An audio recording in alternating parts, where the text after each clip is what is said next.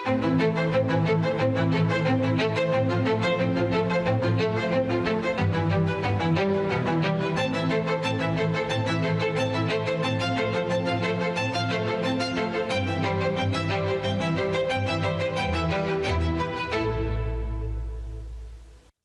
प्यारे देशवासियों, नमस्कार।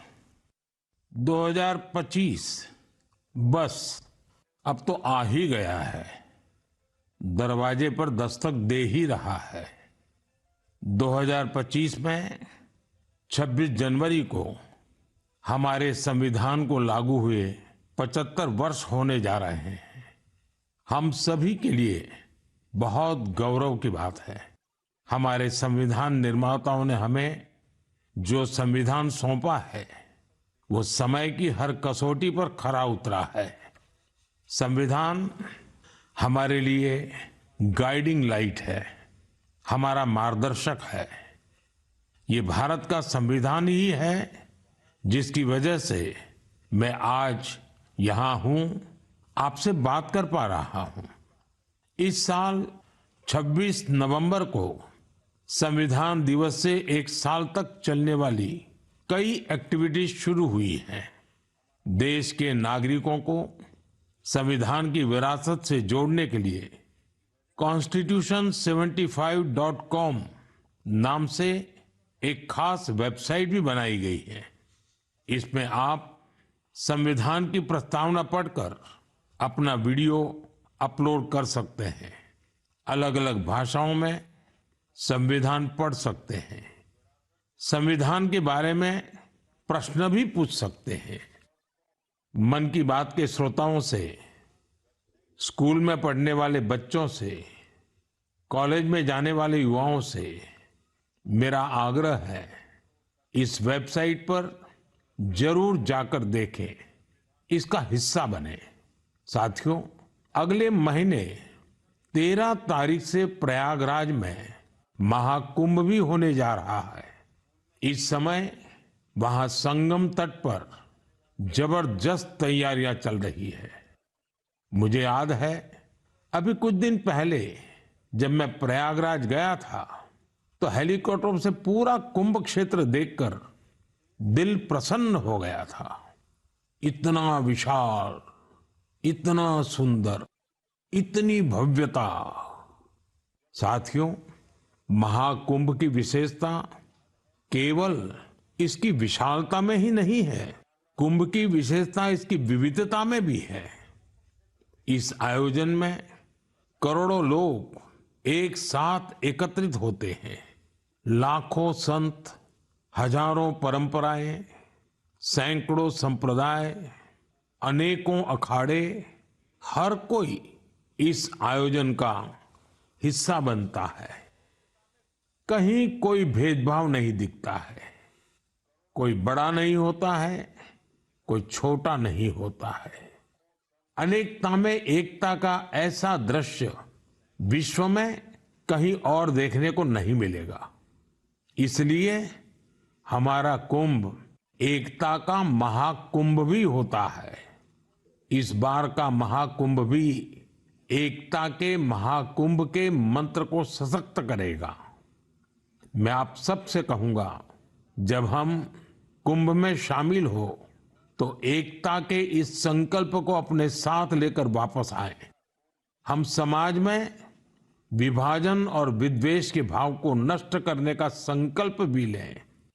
अगर कम शब्दों में मुझे कहना है तो मैं कहूंगा, महाकुंभ का संदेश, एक हो पूरा देश।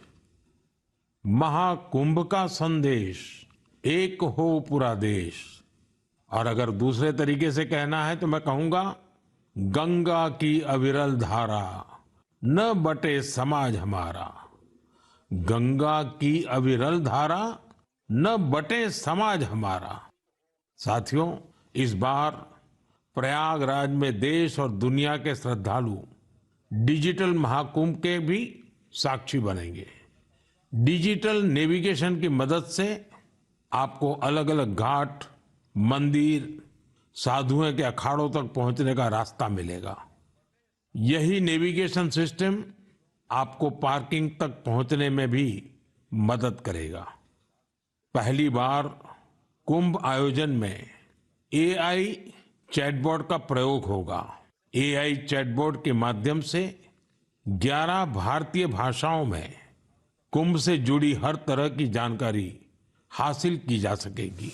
इस चैटबॉट से कोई भी टेक्स्ट टाइप करके या बोलकर किसी भी तरह की मदद मांग सकता है। पूरा मेला क्षेत्र को एआई पावर्ड कैमरा से कवर किया जा रहा है।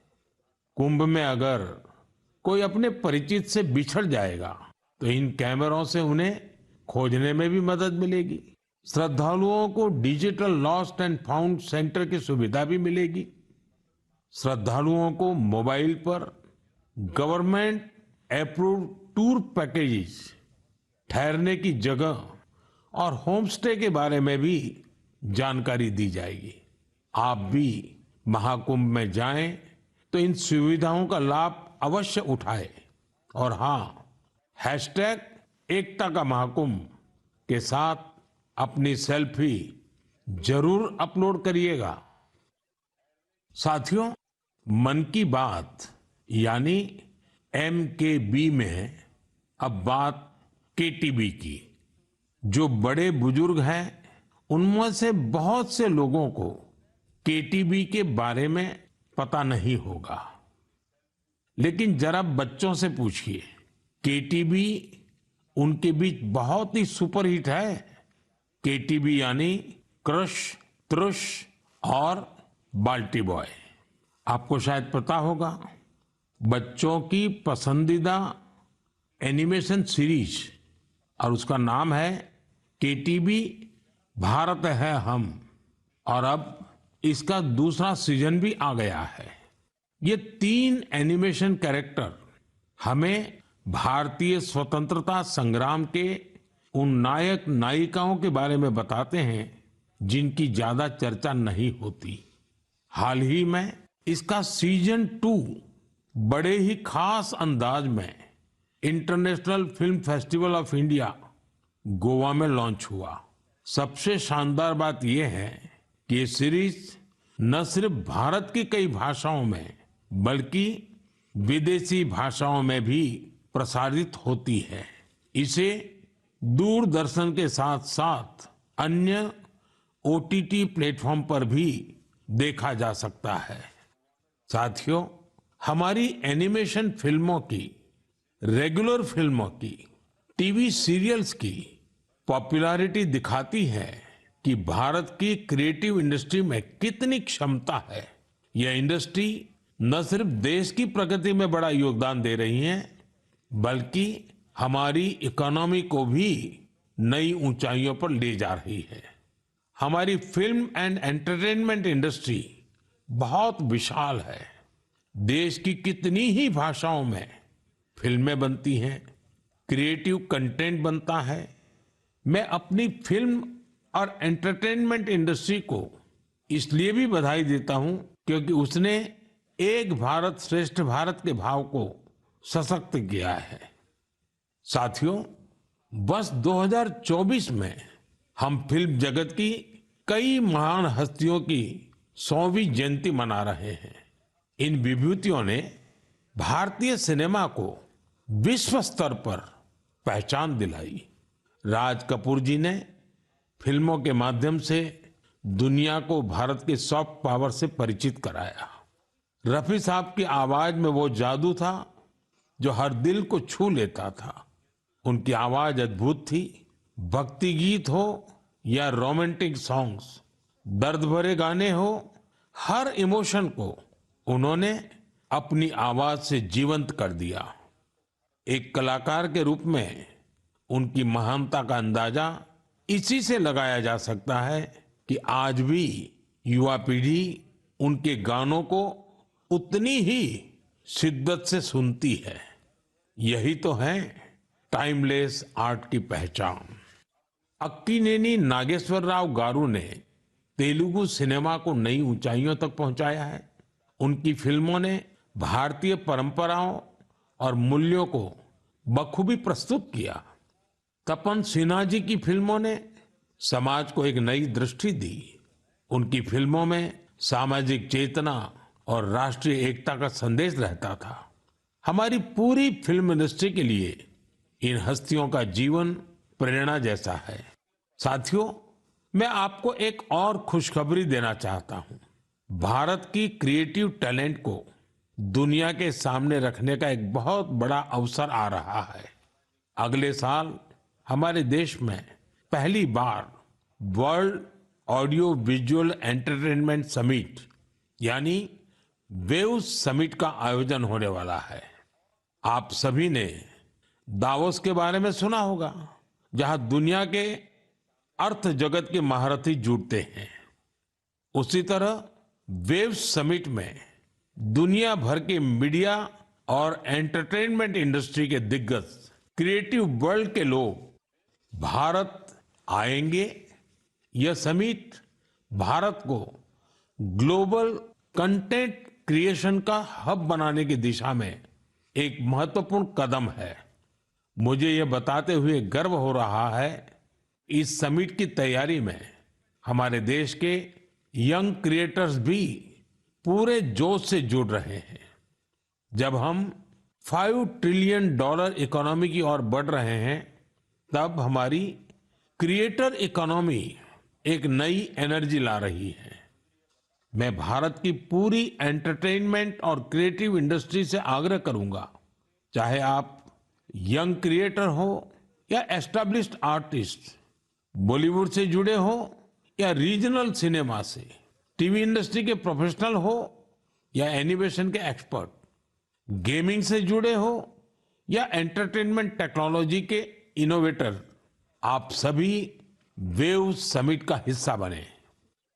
मेरे प्यारे देशवासियों, आप सभी जानते हैं कि भारतीय संस्कृति का प्रकाश आज कैसे दुनिया के कोने कोने में फैल रहा है। आज मैं आपको 3 महाद्वीपों से ऐसे प्रयासों के बारे में बताऊंगा जो हमारी सांस्कृतिक विरासत के वैश्विक विस्तार की गवाह है।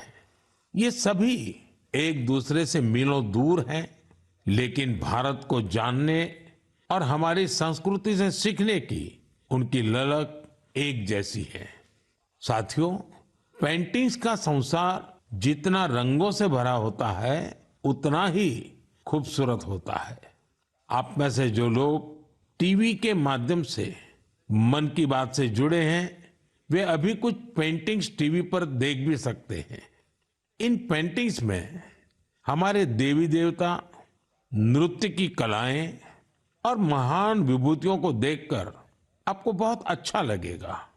इनमें आपको भारत में पाए जाने वाले जीव जंतुओं से लेकर और भी बहुत कुछ देखने को मिलेगा।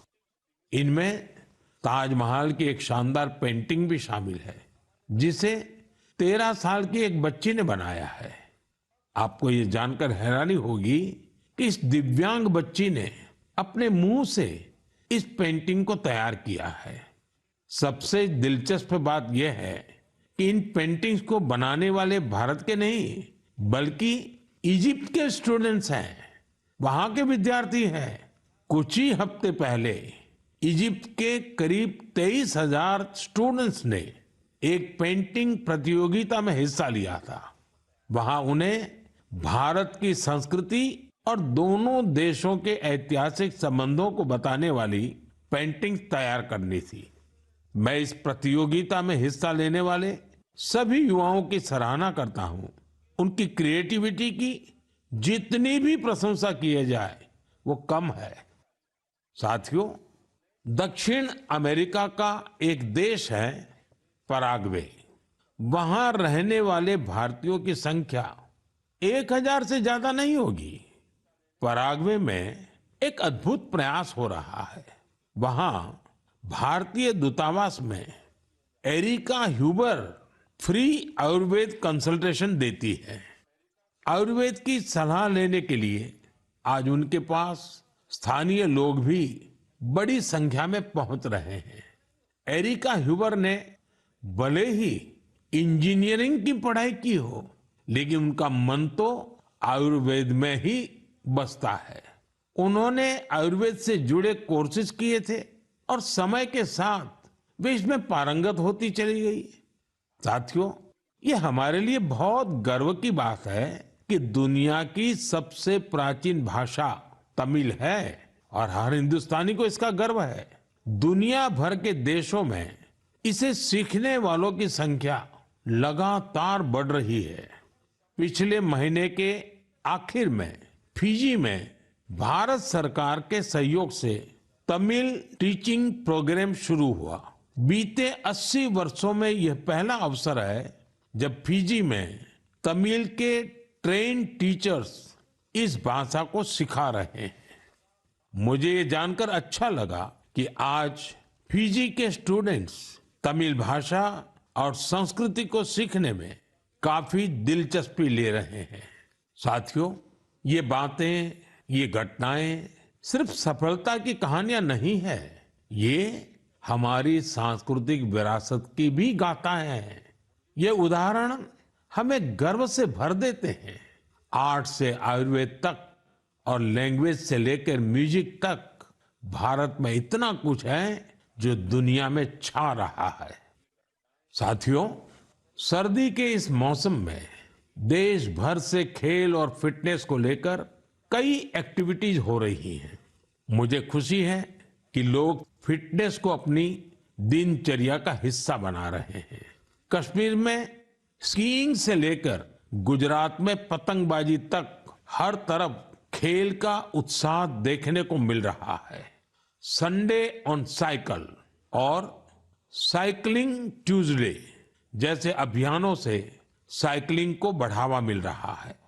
साथियों, अब मैं आपको एक ऐसी अनोखी बात बताना चाहता हूं जो हमारे देश में आ रहे बदलाव और युवा साथियों के जोश और जज्बे का प्रतीक है।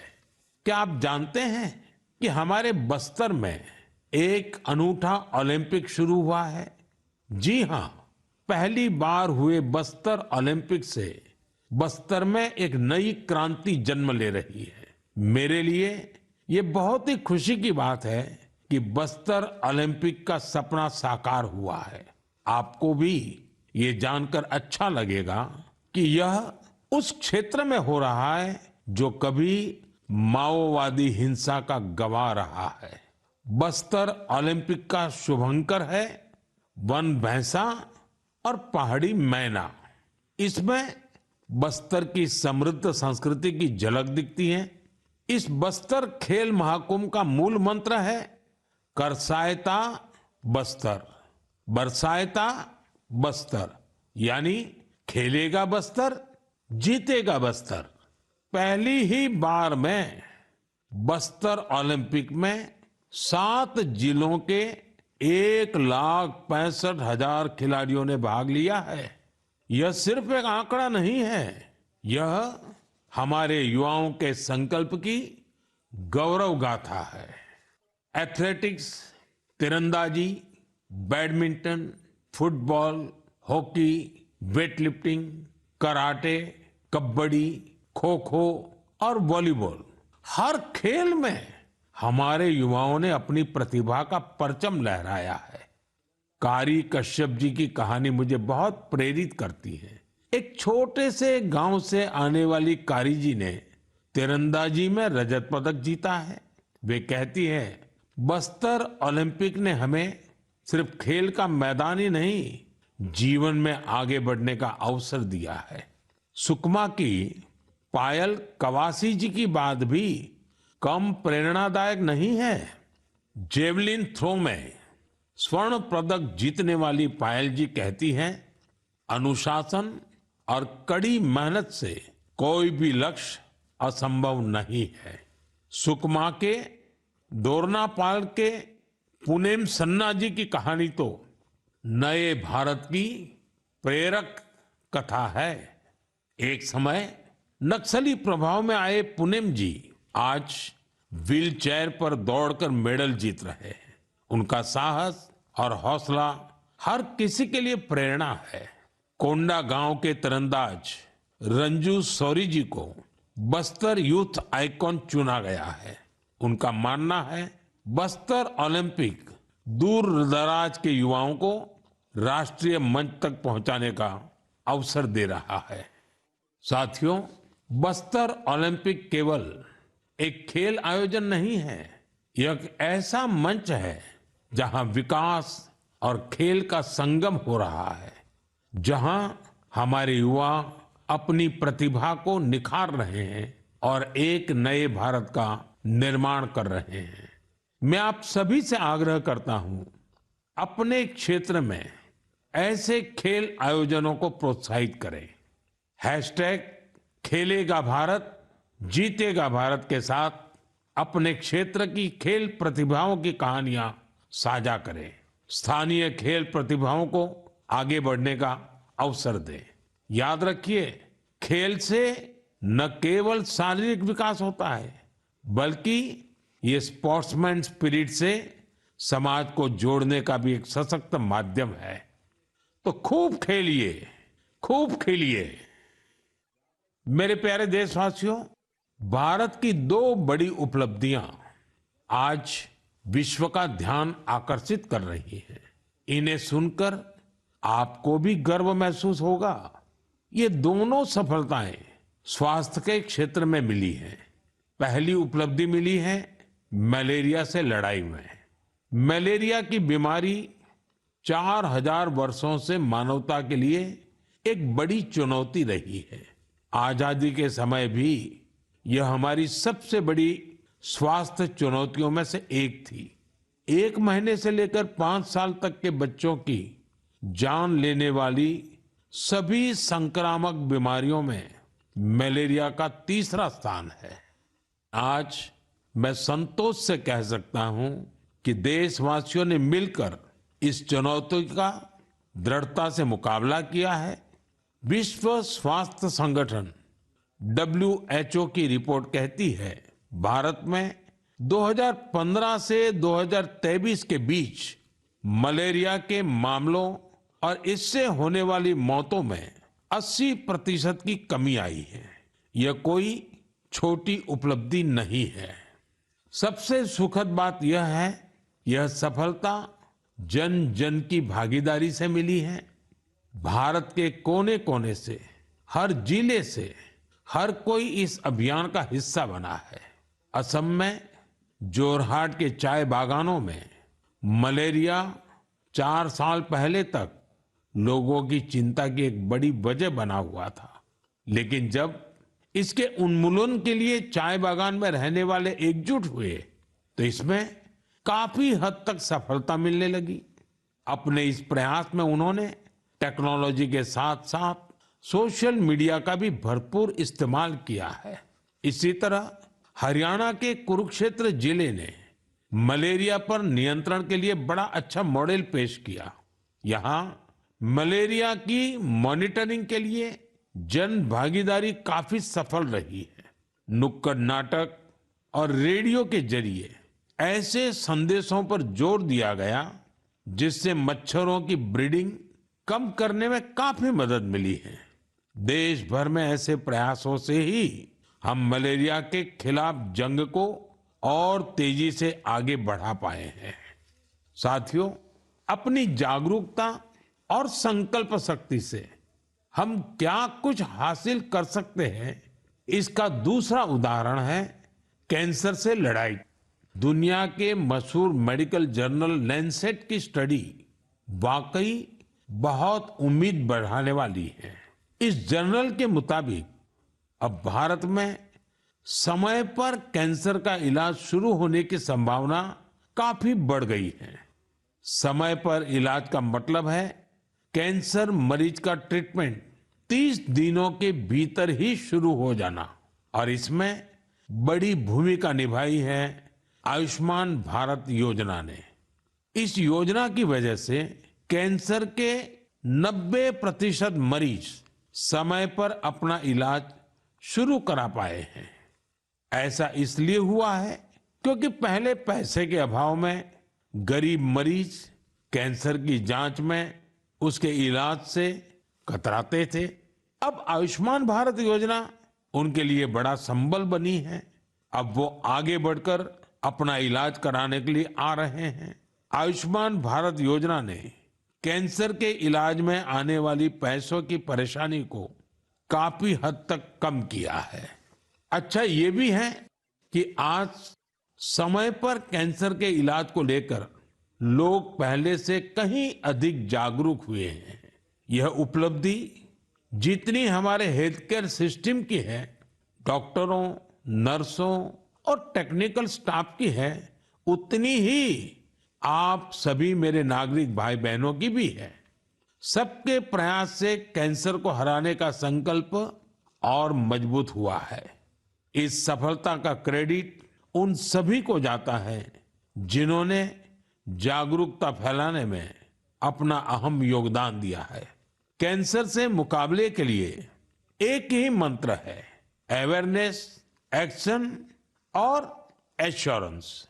अवेयरनेस यानी कैंसर और इसके लक्षणों के प्रति जागरूकता, एक्शन यानी समय पर जांच और इलाज, एश्योरेंस यानी मरीजों के लिए हर मदद उपलब्ध होने का विश्वास। आइए हम सब मिलकर कैंसर के खिलाफ इस लड़ाई को तेजी से आगे ले जाएं और ज्यादा से ज्यादा मरीजों की मदद करें।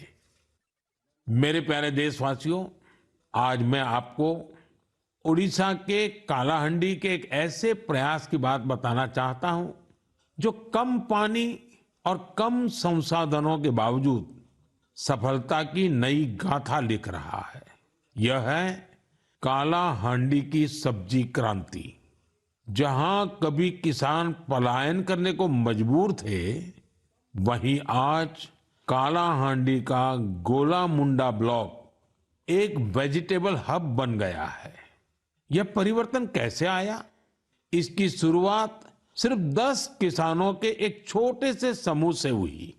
इस समूह ने मिलकर एक एफपीओ किसान उत्पाद संघ की स्थापना की, खेती में आधुनिक तकनीक का इस्तेमाल शुरू किया और आज उनका ये एफपीओ करोड़ों का कारोबार कर रहा है। आज 200 से अधिक किसान इस एफपीओ से जुड़े हैं, जिनमें 45 महिला किसान भी हैं। ये लोग मिलकर 200 एकड़ में टमाटर की खेती कर रहे हैं, 150 एकड़ में करेले का उत्पादन कर रहे हैं। अब इस एफपीओ का सालाना टर्नओवर भी बढ़कर 1.5 करोड़ से ज्यादा हो गया है। आज कालाहांडी की सब्जियां न केवल ओडिशा के विभिन्न जिलों में बल्कि दूसरे राज्यों में भी पहुंच रही हैं और वहां का किसान अब आलू और प्याज की खेती की नई तकनीकें सीख रहा है। साथियों, कालाहांडी की यह सफलता हमें सिखाती है कि संकल्प शक्ति और सामूहिक प्रयास से क्या नहीं किया जा सकता। मैं आप सभी से आग्रह करता हूं, अपने क्षेत्र में एफपीओ को प्रोत्साहित करें, किसान उत्पादक संगठनों से जुड़े और उन्हें मजबूत बनाएं। याद रखिए, छोटी शुरुआत से भी बड़े परिवर्तन संभव है। हमें बस दृढ़ संकल्प और टीम भावना की जरूरत है। साथियों, आज की मन की बात में हमने सुना कि कैसे हमारा भारत विविधता में एकता के साथ आगे बढ़ रहा है। चाहे वो खेल का मैदान हो या विज्ञान का क्षेत्र, स्वास्थ्य हो या शिक्षा, हर क्षेत्र में भारत नई ऊंचाइयों को छू रहा है। हमने एक परिवार की तरह मिलकर हर चुनौती का सामना किया और नई सफलताएं हासिल की। 2014 से शुरू हुए मन की बात के 116 एपिसोड में मैंने देखा है कि मन की बात देश की सामूहिक शक्ति का एक जीवंत दस्तावेज बन गया है। आप सभी ने इस कार्यक्रम को अपनाया, अपना बनाया। हर महीने आपने अपने विचारों और प्रयासों को साझा किया। कभी किसी यंग इनोवेटर के आइडिया ने प्रभावित किया, तो कभी किसी बेटी की अचीवमेंट ने गौरवान्वित किया। यह आप सभी की भागीदारी है जो देश के कोने कोने से पॉजिटिव एनर्जी को एक साथ लाती है। मन की बात इसी पॉजिटिव एनर्जी के एम्प्लीफिकेशन का मंच बन गया है। और अब 2025 दस्तक दे रहा है। आने वाले साल में मन की बात के माध्यम से हम और भी इंस्पायरिंग प्रयासों को साझा करेंगे। मुझे विश्वास है कि देशवासियों की पॉजिटिव सोच और इनोवेशन की भावना से भारत नई ऊंचाइयों को छुएगा। आप अपने आसपास के यूनिक प्रयासों को हैशटैग मन की बात के साथ शेयर करते रहिए। मैं जानता हूं कि अगले साल की हर मन की बात में हमारे पास एक दूसरे से साझा करने के लिए बहुत कुछ होगा। आप सभी को 2025 की ढेर सारी शुभकामनाएं। स्वस्थ रहें, खुश रहें। फिट इंडिया मूवमेंट में आप भी जुड़ जाइए। खुद को भी फिट रखिए, जीवन में प्रगति करते रहें। बहुत बहुत धन्यवाद।